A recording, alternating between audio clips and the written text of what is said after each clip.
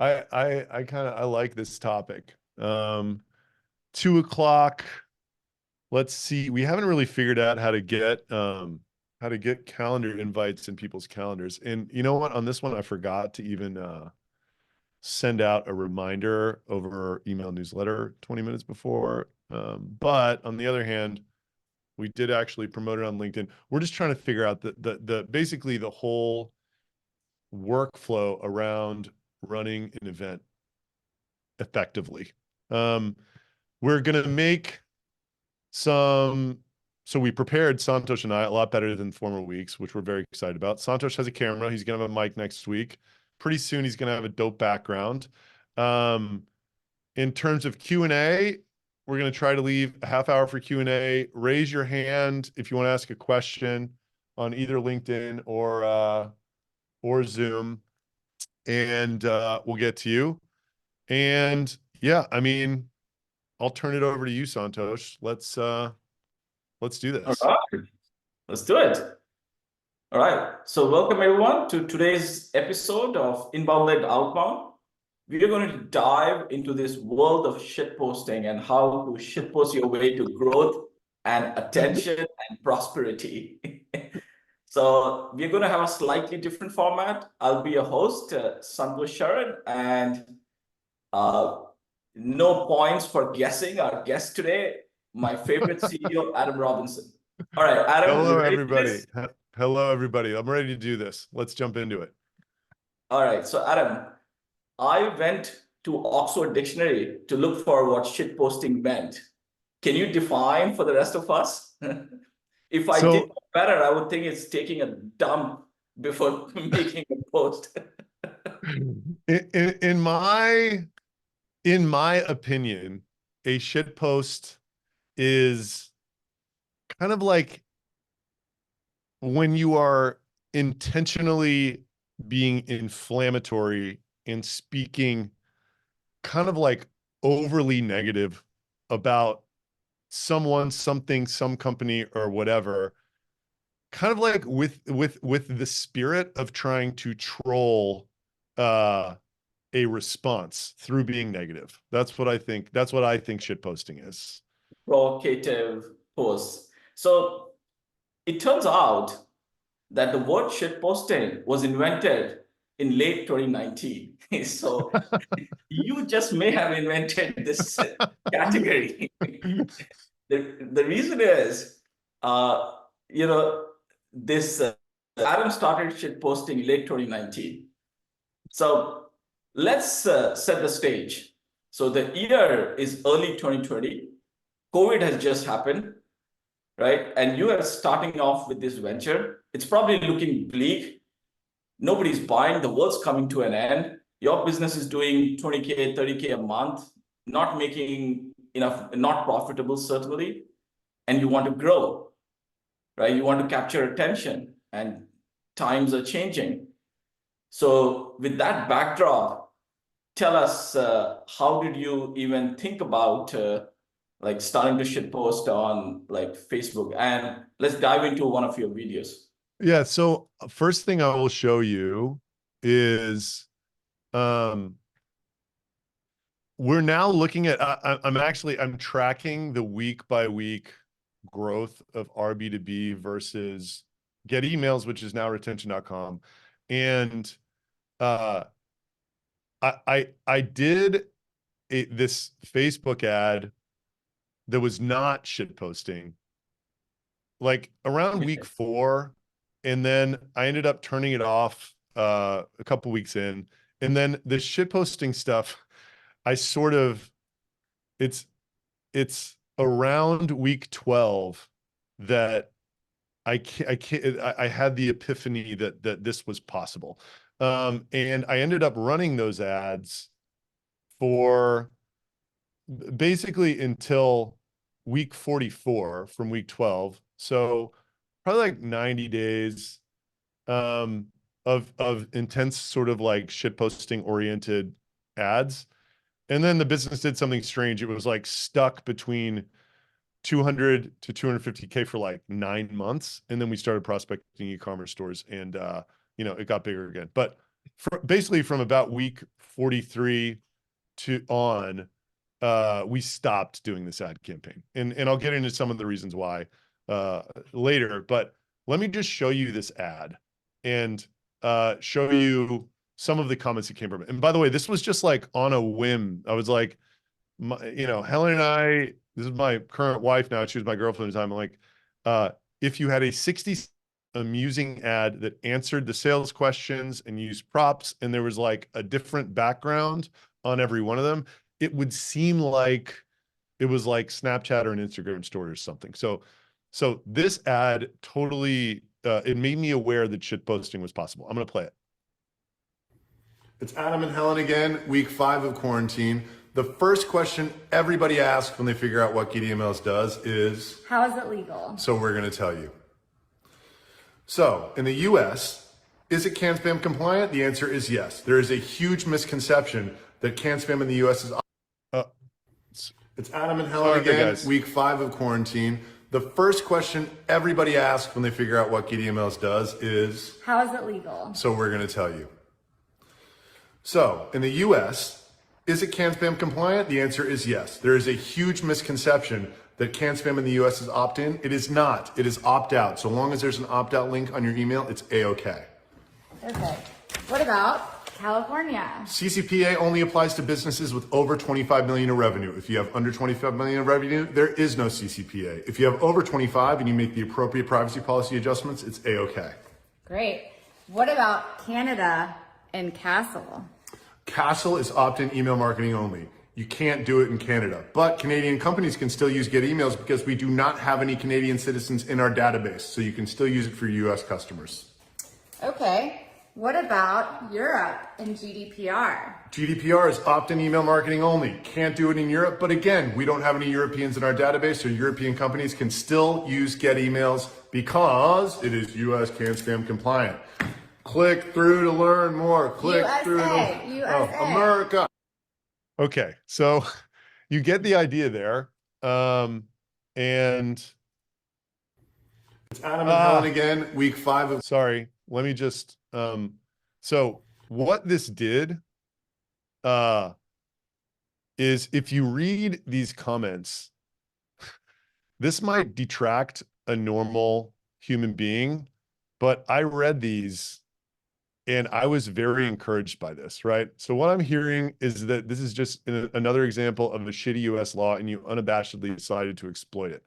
Just because it's legal doesn't mean it's right. It's an awful business model. The only people who think email marketing, you get the point. It seems intrusive, like all of these. And by the way, I'm like firing back from the brand account. It's not spamming, it's targeted emails.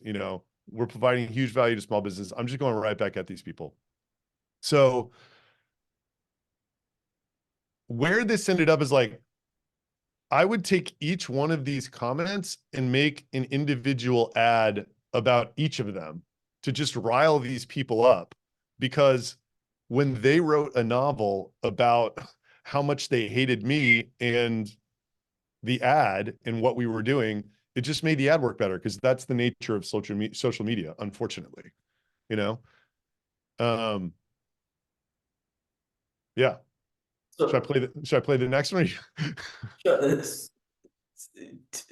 on this one, Adam, these comments are not flattering. Well, let me say they're just hateful and downright condescending. But but you didn't stop. And there was then the Glassdoor reviews or Yelp reviews, right? But what do you think went through your mind to not stop? You double down. Is this your trader background, your ability to take more risks than others? I mean, I just, so like, there's 595 comments, and like, I just never had any kind of response to anything I'd ever done like that. And I had heard that social media is this like very divisive tool, and it has this potential to just really amplify the negative voice. And like my content was like, and by the way, like I knew, like tons of people were clicking through and signing up for this, Yeah, of course. despite the negative. That's why I kept doing it. It's not like it was negative comments and no business was coming from it, right? Like, Right. it it was extremely negative comments from these people, and it was like the best. It was like literally I was getting paid back on these ads in a day, right? So that was like, okay, like, I mean, this is the ad that made it happen. I was like, how do I do more of this? So I just like went through the comments, and there was one about a legal loophole. So like that was the next one I did, right? So like this will give you an idea of like the tone of the ads. It's Adam and Helen again. Get emails. Yeah. It's Adam and Helen again. Get emails identifies 35% of your anonymous traffic and sends you email addresses that you don't have yet in real time. Everyone knows it's legal, but people say it's unethical because It exploits a legal loophole. and my argument is that that's what entrepreneurs do. Duh. We're going to give you 3 examples of people who've done the same thing. First, we have Airbnb. Airbnb got started by spamming Craigslist. Bet you didn't know that. And they currently operate in New York City by saying that the host has to be in the apartment when the guests are there. Give me a break. Next, we have good old Apple. Apple earned $305 billion between 2008 and 2015, and they paid 5.8% taxes on it because of a legal loophole that has since been shut. Next, we have Uber. Uber's still operating illegally in many countries. Does that make them bad entrepreneurs, or does that mean entrepreneurs exploit legal loopholes? I think it's the latter. Click through to learn more. I mean, that's just like a straight up inflammatory ad. You know, they kept saying the legal loophole thing over and over again, and like these people's heads would explode when you would be like, that's just what entrepreneurs do, you know? So yeah, that was the next one. And then, you know, Love this freedom that comes from when you're starting small, right? And the ability to cut through the noise, which you're doing here so wonderfully. This negative comment is really the fuel that helps you cut through that noise. yeah, absolutely. And I think the when you're small is key. And I think that that's something that people don't really appreciate, right? Like when you started 12 weeks ago, you don't have a brand, Right. at all, right? There's no brand to destroy. So Right. in the very beginning, I think you can get away with stuff that you know, there's no way we could do at retention.com now. Like they won't even let me put that first ad on the YouTube page, by the way. Like I had to go find it in the Facebook business account because they made me delete it, full stop. They wouldn't even let me have it hidden on the YouTube page. So, so yeah, there's a bunch of stuff that you can do early on that you just can't do later. In my opinion about the whole thing is the people will eventually come around. You know, if your product is good enough, even if you're making total enemy, it's like, who are writing this are never going to use a product anyway. That's the reality of it, you know? And people who might, even if they hate what you're doing, time heals all. Like they'll come around eventually if the product's good enough. That's just my opinion. Totally. Yeah, let's look at the next couple of videos. And what I also find is the quality of comments started to shift across these videos, right? People are coming around and yeah. So I don't mean to cut you off. We were really having fun with it by the time we did this one. And like, this is just an example of like how far you can push it, right? Like it's crazy to me that this is like an ad that I ran for my company, right? So I'll just play it and you can see. So tell me, bad boy, what does Get Emails do? You put our script on your website and we identify 35% of your anonymous traffic and we give you email addresses you don't have on your list yet in real time. Oh, that's so violating of people's privacy. It's 100% can spam compliant and CCPA compliant. It's totally legal in the USA. But people aren't filling out forms. They want these emails. The engagement's through the roof. Open rates are higher than people's house lists. Oh, that's so bad. Tell me more. We send records directly to your email marketing account so you can get people back to your website. It's under 20% of the cost of getting an email any other way. Click through to learn more. Click through to learn more. I mean, I hadn't watched that one in a while. It's just so outrageous, you know. I was really getting a hang for like the type of thing that I could say that would piss this really small percentage of people off, that would like make the ads work really well. And then meanwhile, we were like building this community of fans that actually thought all this stuff was hilarious, you know. So incredible. So And so there's one more, right? yeah, the last one is like, I just thought this one was really funny. I'll play it, and then It's Adam and Helen again from Get Emails. As the Paycheck Protection Program winds down, we at Get Emails are replacing one great American program with another. We are announcing, instead of the PPP, whatever Michelle Obama would say, the GGG, the Great Get Emails Giveaway. We are giving away to every small business in America with a website 500 free emails per month forever for the rest of your life with no credit card required. But they're not just any emails, they're emails of people who were on your website but did not fill out a form. That's over $2 billion in stimulus in the next 10 years. So sign up for the Great Get Emails Giveaway today and get 500 emails per month for the rest of your life. No credit card required. Click there to learn more. so yeah, I mean that was that. I don't even know if I have anything else to say about that one, but that was like it all started falling apart after that. You know, the problem with Facebook, which I'm sure a lot of you know, is you know, the type of customer it brings in for a SaaS is generally like a 15 to 20% per month churn customer. We were pulling in whales from it that would like pay the last 2 weeks ads back. It stopped happening.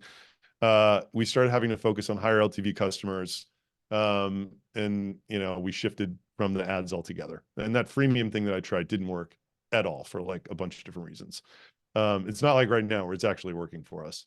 But yeah, I mean, this is just an example of how outrageous you can be and like how social media just loves this stuff, right? Like, and by the way, I had no idea I had this talent. Like, this is just like a completely new thing that I discovered. I could write these scripts in like 10 or 15 minutes and then just sort of get Helen up to speed. And these are all like 1 or 2 takes. Like, we just do them.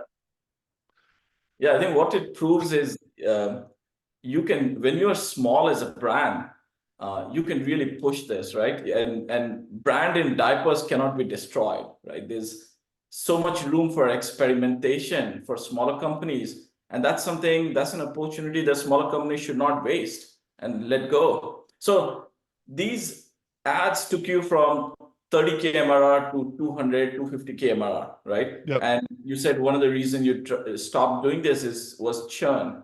But let's say churn wasn't an issue. Would you keep doing, or would you still stop? You knew at some point you had to like stop this and switch into other like sales-led motion.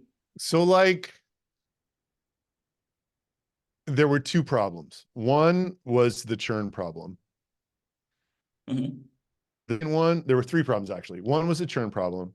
2 is the nature of how these ads were performing is we had a PLG motion that had up to a $5,000 a month price point. And we would literally get once every couple weeks, someone who came in and clicked through to a $5,000 payment, even though the bottom plan was $19. And it just paid back the prior 2 weeks of ads. So kind of like somewhere around the time I ran this Trump ad and we like tried to do freemium because I'm obsessed with freemium and, you know, it didn't work. But like, basically it had been 8 weeks since we got a whale. I was growing the ad spend more and more every week. I think I probably saturated the available audiences to me in Facebook. And it was bringing in these like high churn customers, right? So like, it was all of that. And then there was this other adverse mental health consequence where, let's talk about that at the end. Yeah, let's talk about that too, Zain. So this is great. So now let's fast forward. So 4 years have passed, right? And all the naysayers and the comments on Facebook saying this business will never take off. The business has gone from like 20K, 30K MRR to 23 million in Yeah. ARR. Yeah. So We're at, 21,886,894 ARR. right, So they were wrong. right. They were wrong. Yeah, and this is a true ARR, maybe a lot more. This is cash collected, not even projected, right? Yeah.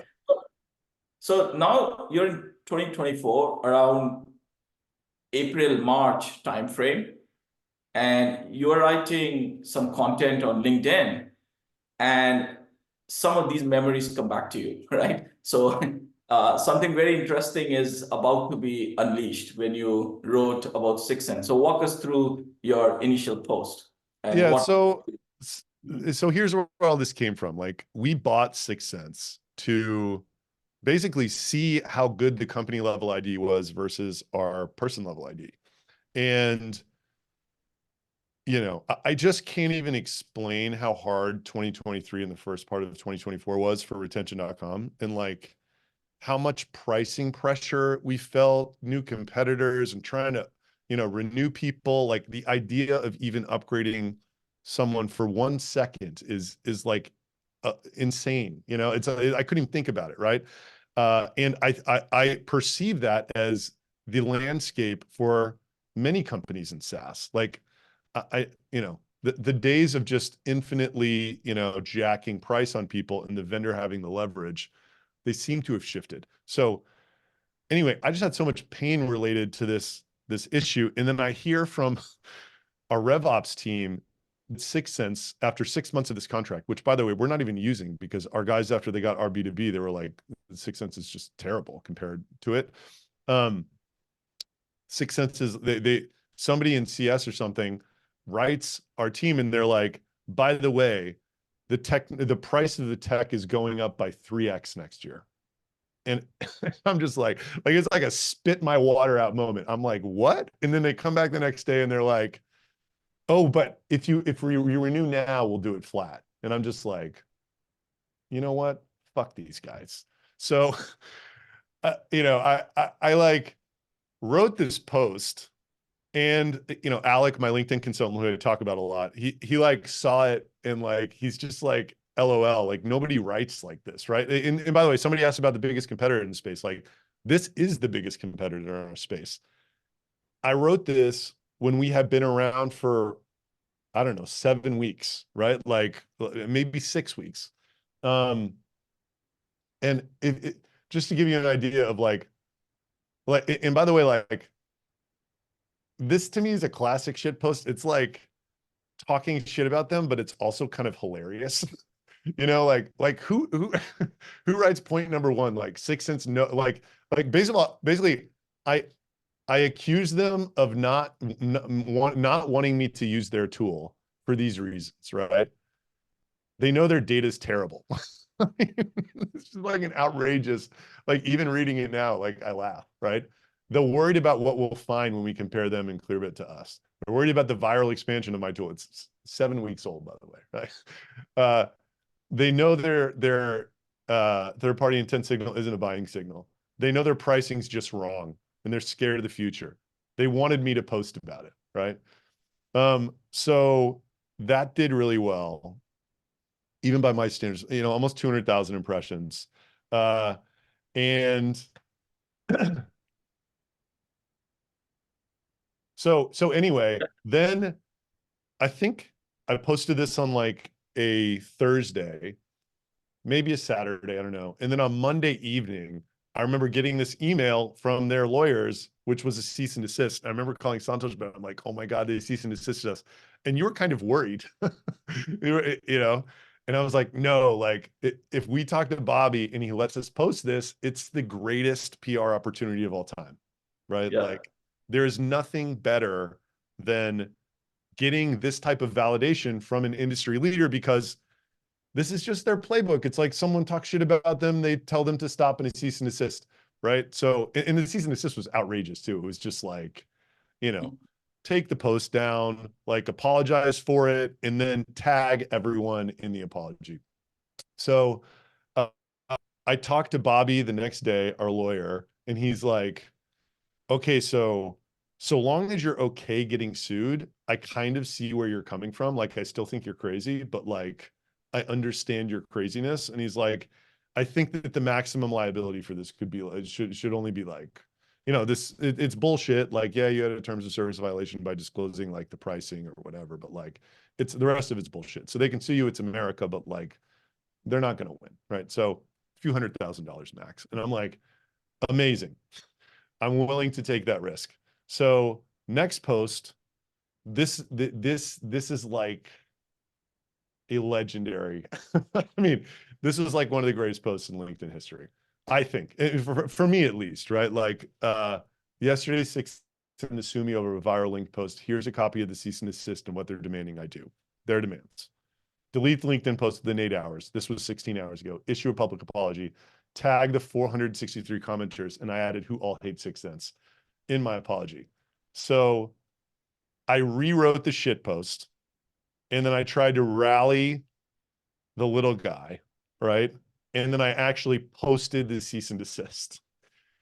And like, can't even explain to you, it was like the fastest ascent of anything I've ever seen in a LinkedIn post. And of these 910 comments, the really interesting thing is there wasn't a single person getting 6 cents back. So like, it was this really unique situation where kind of like, all of the controlled information sources about 6 cents are positive, but like so many people have gotten roasted by using the product that like there's this tremendous negative sentiment on the internet, on LinkedIn about them.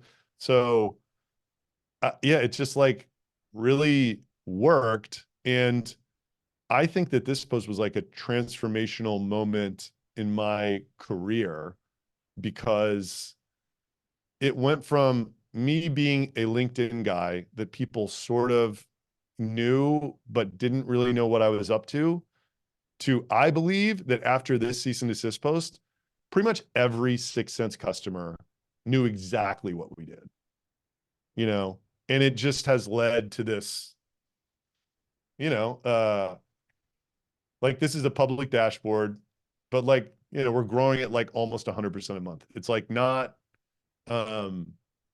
super high numbers yet or whatever, but like every day we're getting between 100 and 150 people to sign up for these things, 8 to 10 people click through to buy it a day. Like that push really started when the 6 cents thing happened.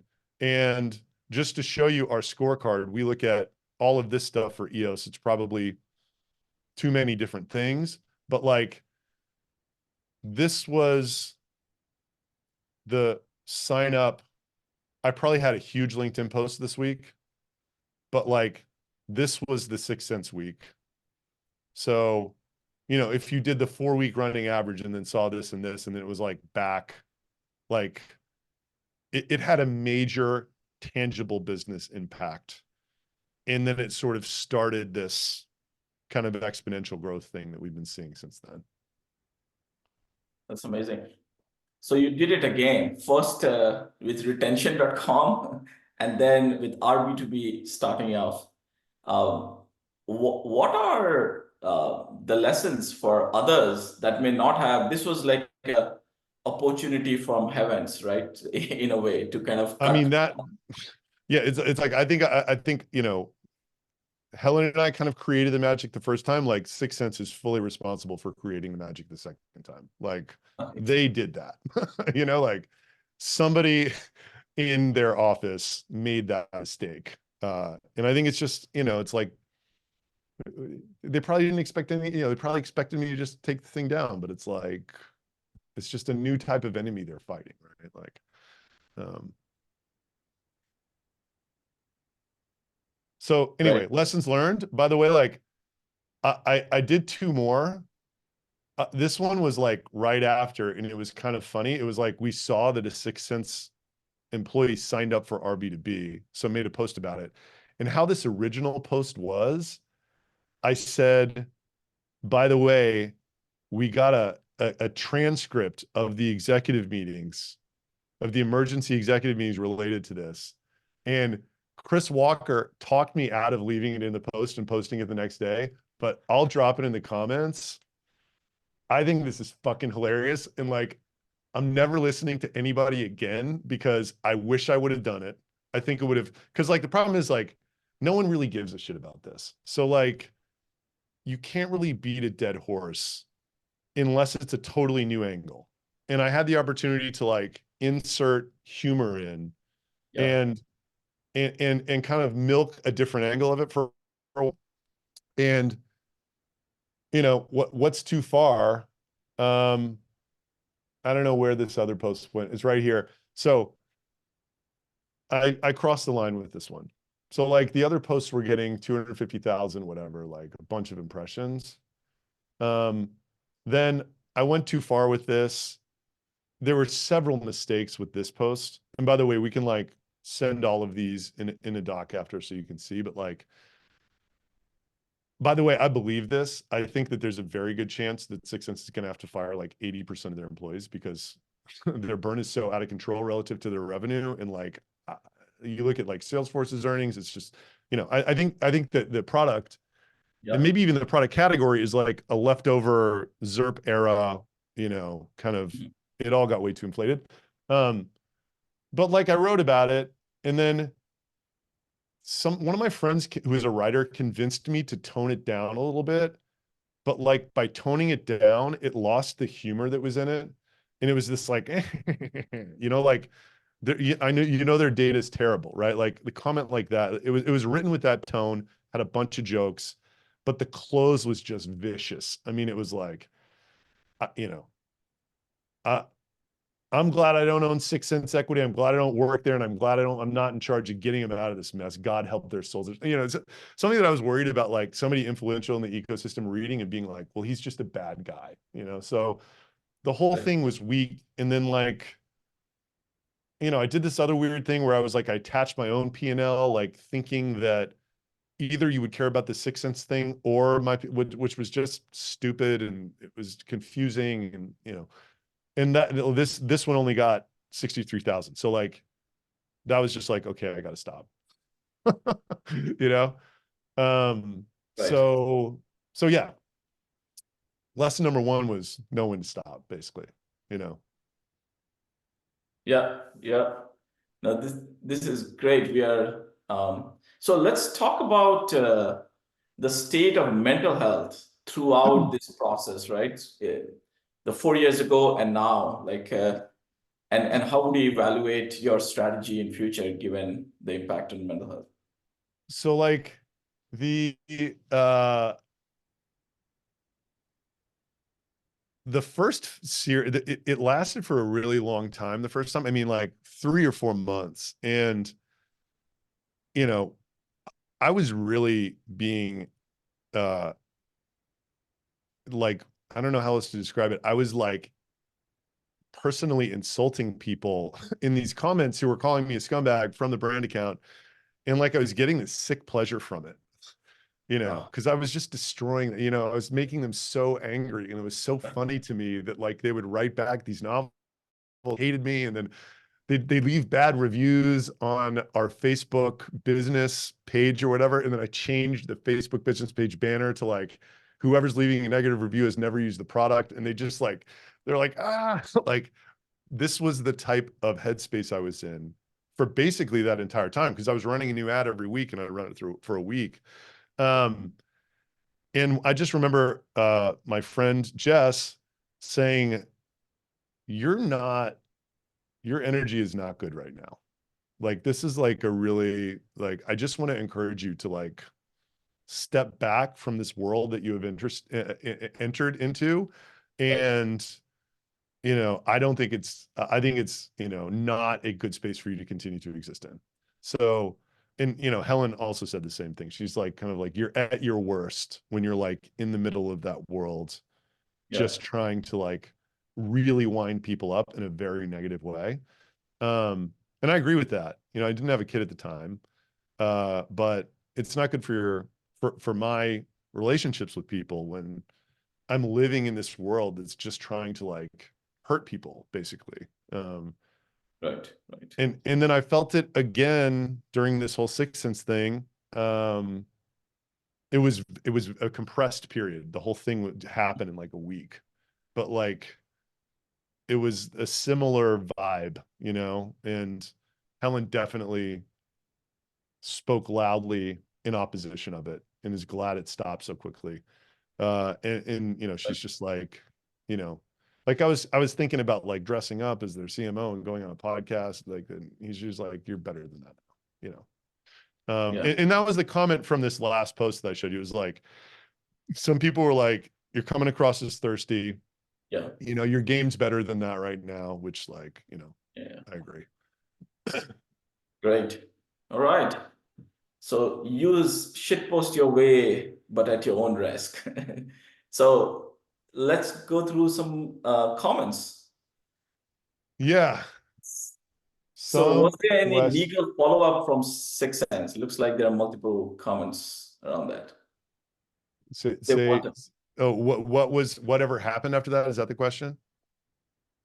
Um, Nothing. I mean, I think that after the damage that it's not even like we have a free product and they charge people $100,000 a year or something. It's not even like it's materially adversely affecting what they have going on in a real way right now.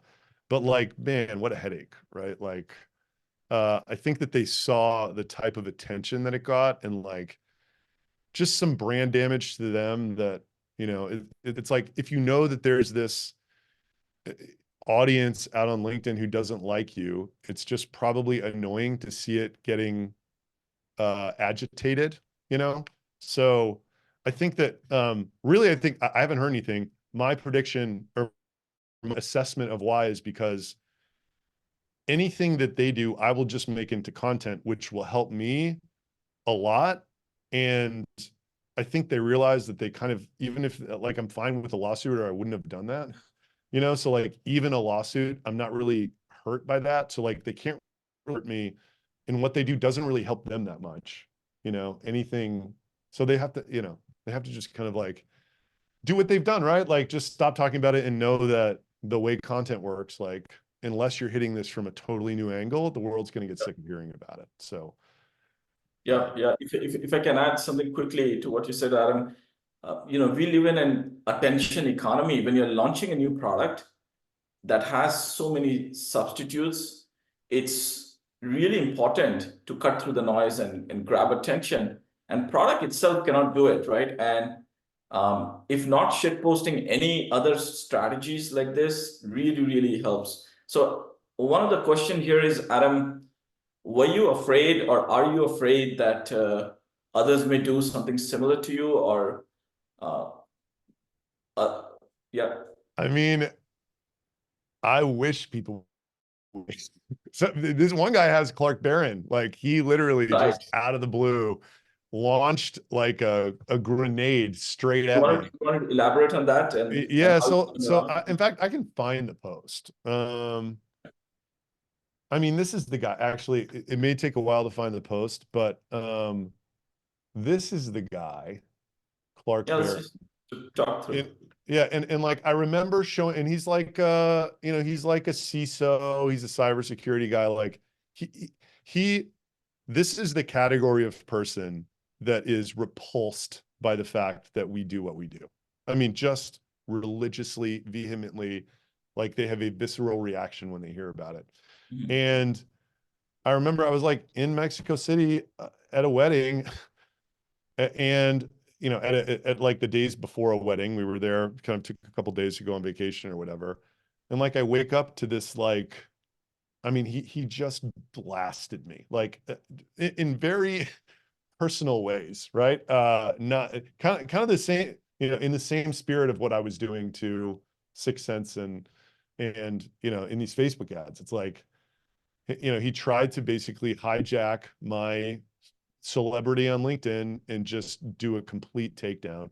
And then, of course, he's got an audience. They all think like he does. There's like this kind of one-sided reaction to it. And then, I wanted to see how far it would run. So I just let it sit for like 24 or 48 hours or something. And then after I saw that it didn't just explode and like run endlessly, I kind of went into every single comment and wrote them back what I perceived. He found it deeply offensive, but like I perceived as a very balanced sort of like data privacy is a complex topic. There are people who don't agree with your point of view.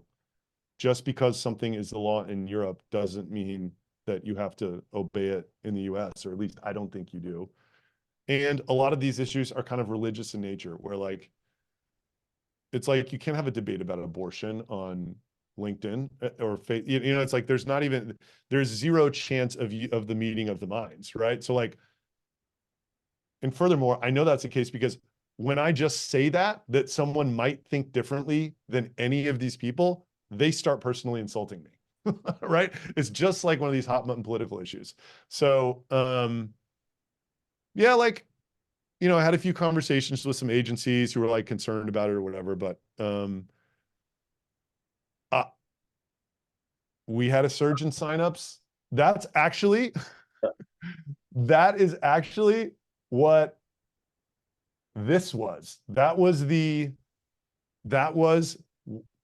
surge in signups was from him, right? So like, I wish people would would do this more often, right? Like, and this is kind of like, people ask me about inbound led outbound, and it's like, oh, does it bother you that like people are saying that it's not a category or whatever? I'm like, no, like like the best thing that can happen is people who think I'm an idiot, are super opposed to it, and just make this aggressive negative case, then have people who come in and defend it. And it's like other people discussing this issue, which is like a topic that we introduced into the world, which ultimately brings attention back to us, right? Like, that's like the game that I think that if you're not playing these days, you should be, Love it.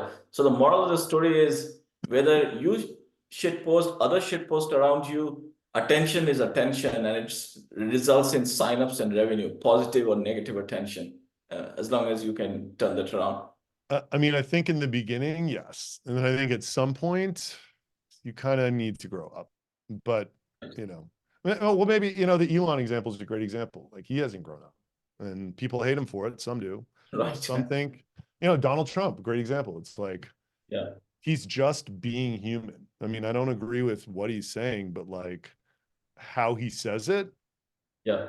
it's like that when the whole world, it's like, this is why it's like, you look at Sixth Sense website, like, it just reeks of inauthenticity. So, I mean, look at this. It's laughable, right? Like, that's like, it's the most buzzwordy, politically correct, like, pretty, like, it's just appalling from like a human authenticity standpoint. So like, someone comes in and speaks real words that's in opposition to that, Right. it resonates, Yeah. and I think that's what Elon has learned and what, Donald Trump has learned. And like, the future is more authentic voices, I think, and like less of this nonsense that this like Sixth Sense thing is. 100%. So I know the answer to this, but would love to have you comment. Would you shitpost on a company or execs, and why? Hold on, say that again. So somebody's asking for best practices on shitposting. Would you do the same on executives of the company or individuals, not just the company? Yeah, so like, I had a lot of deep discussion about this with respect to Sixth Sense, and I sort of agreed in that situation that like, Sixth Sense itself is this faceless Right. beast, this faceless machine that a lot of people hate, right? But then you start going into the individual characters within it, and they're actually loved.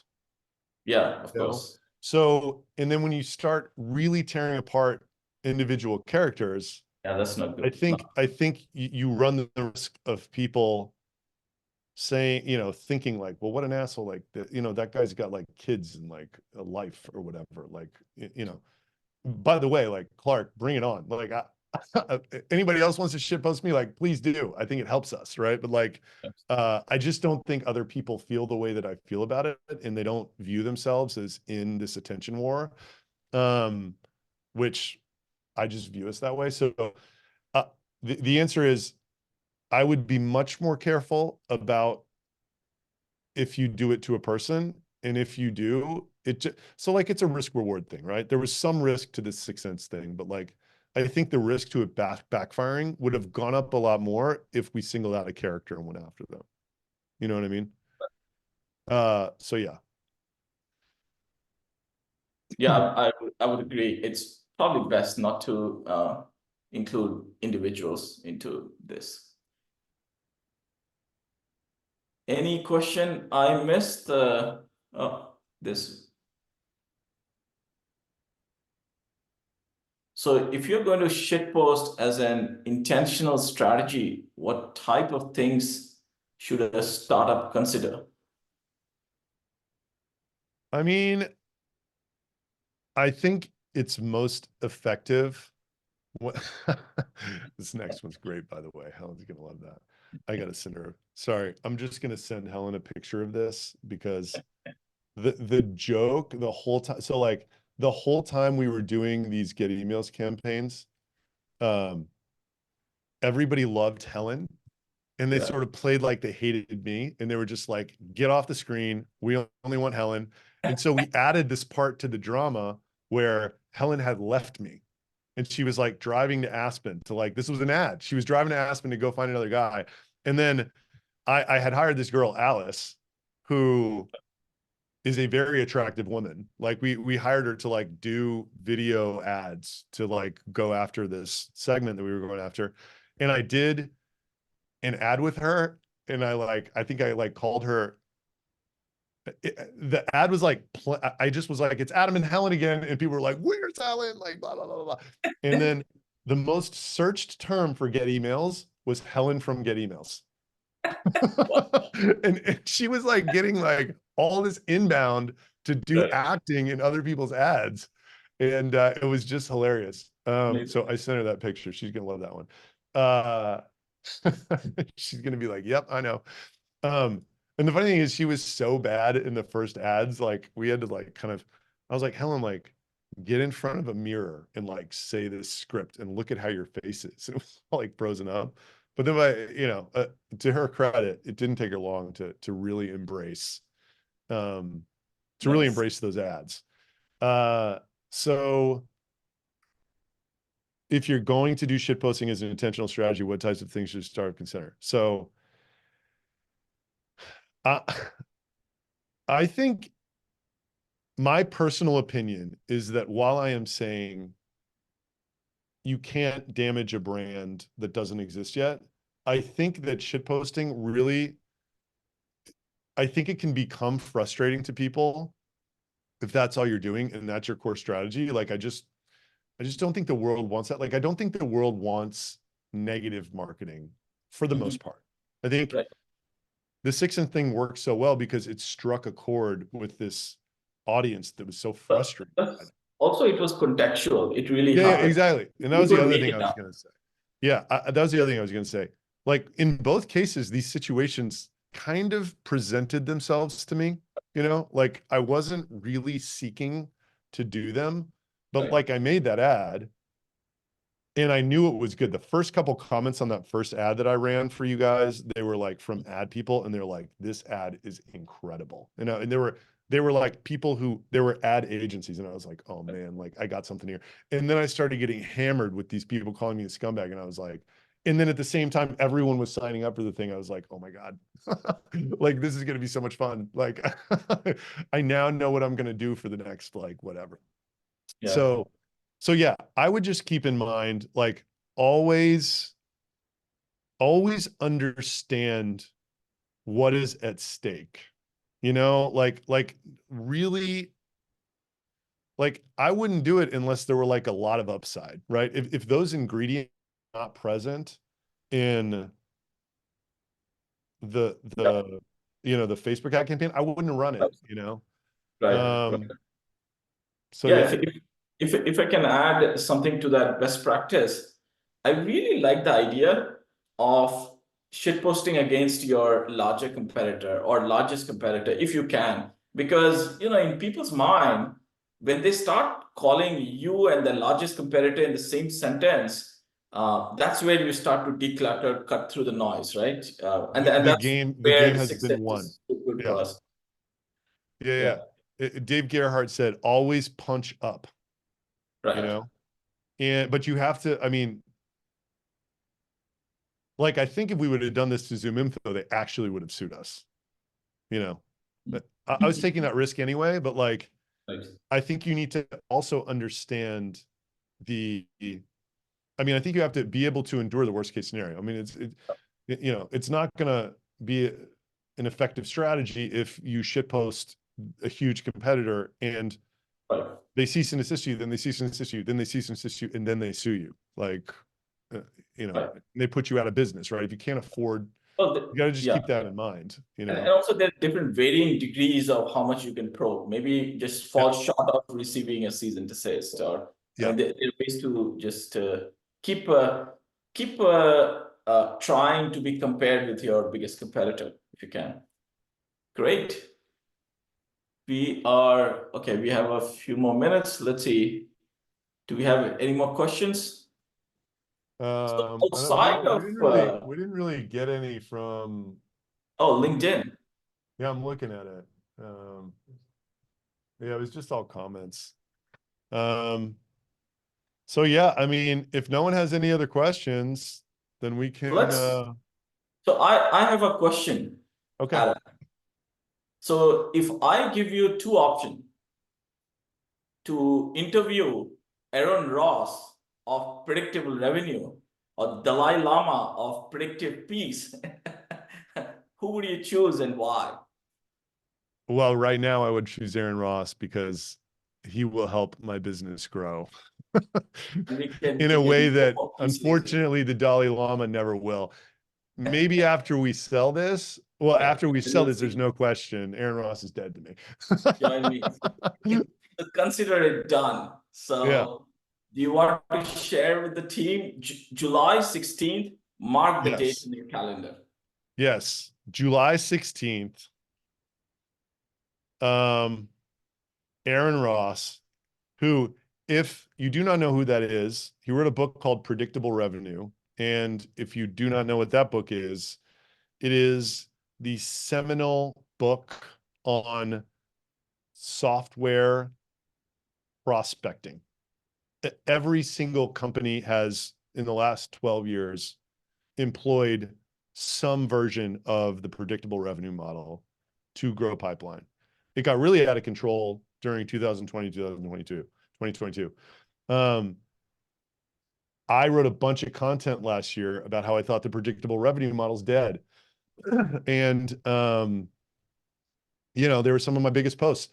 And strangely, and by the way, like, I worship this guy. Like Diana Ross, who was the co-founder of retention.com, who is the co-founder of retention.com, she's the one book that is on her desk that has been on her desk for 10 years is Predictable Revenue. Get Emails we would not have made a sale was it not for that book, right? It was the Facebook ad thing, and then it was like Aaron Ross's playbook run out of the Philippines for us. So one of the big posts last year, like probably the first one, he commented on, and I was starstruck. I was like, oh, and he actually was supportive of it. He was like, yeah, this is what's happening now. Because basically I was making the argument that we're kind of back in this inbound paradigm, like it's just the reply rates are going down. People are buying less software. Like you just gotta, the BDRs are not creating original demand anymore. It's being created in other places, like on this webinar, like podcasts, like, live events, like all that stuff. You're hearing about it from your friend, all that. So he commented positively on it, but then I think, we probably agitated it a little too much. He reached out to Santosh and he's like, my business partner and I want to debate you guys in a public forum about whether or not the predictable revenue model is dead. So we're doing it on July 16th. Aaron Ross will be on inbound, led outbound workshop, and he will have to defend. So like I read the book last week. I'm just gonna be like, Aaron, like these are the 16 steps in your playbook. If I did those right now, I would not book one demo. But right? Like, what do you have to say to that? You know? And I think he's probably going to make the argument that things have changed, but it's still alive and well. And it's just going to be a great discussion. Yeah, it's going to be epic. Please do add it to your calendar. July 16th, once again. Yeah, I think this whole bell curve is dead. It's replaced by burst curve, right? And predictable revenue is, well, not so predictive anymore.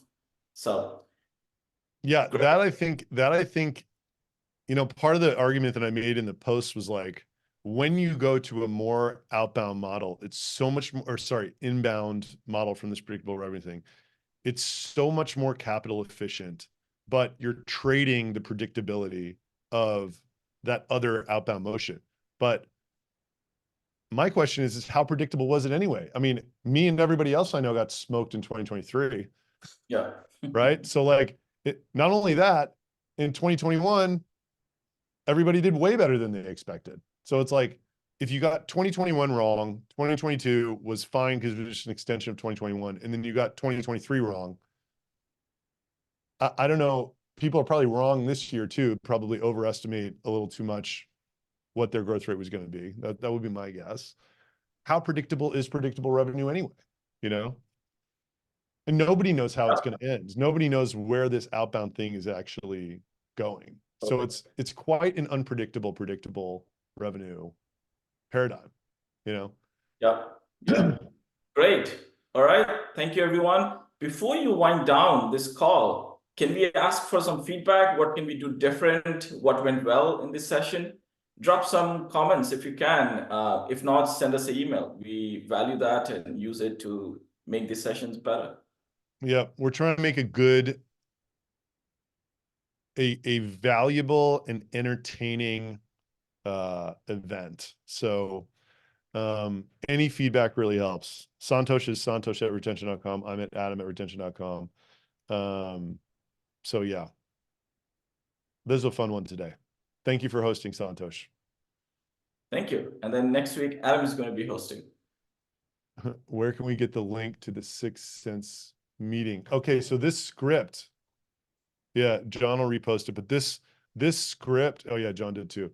So this was a fake script that I wrote that I was so happy about. And Chris Walker talked me out of posting. I'm so bummed. It like, I thought this was so funny. You guys can read it in your spare time. Maybe I'll send it out in the newsletter, you know? Yeah, let me say this. I don't know the best way to articulate it. You know, business can be tough, boring. It's a competitive sport, probably the most competitive sport out there, right? It can be gruesome, it can be brutal, but it's important to have fun along the way, right? And when you do initiatives like this that you truly enjoy, it's just so incredible when you can become successful by doing this. Top 3 people to follow on LinkedIn for inbound in 2024. That's a really good question. I mean, I don't even know. I mean, me and Santosh, obviously, right? Me and Santosh. I don't know. I like reading Chris Walker's stuff because he's dealing with a part of marketing that I know nothing about because I've never gotten a company to that point yet. It's like all this talk about sales and marketing alignment and like attribution and like all these like, you know, how you get myopic and measuring stuff. So you lose the picture of the whole and you got a bunch of different people trying to optimize for different goals. I love that. Yeah, he's kind of my favorite. Cool. Thank you, everybody. Inbound led outbound in the future. Yeah, exactly. If you want to do us a favor, tell us we're idiots online and get a bunch of people to argue with you. All right. Thanks, everyone. have a great week and come back tomorrow. All right. Take care, All everybody. right. See you next week. Cheers. Bye. Should we end the webinar for all?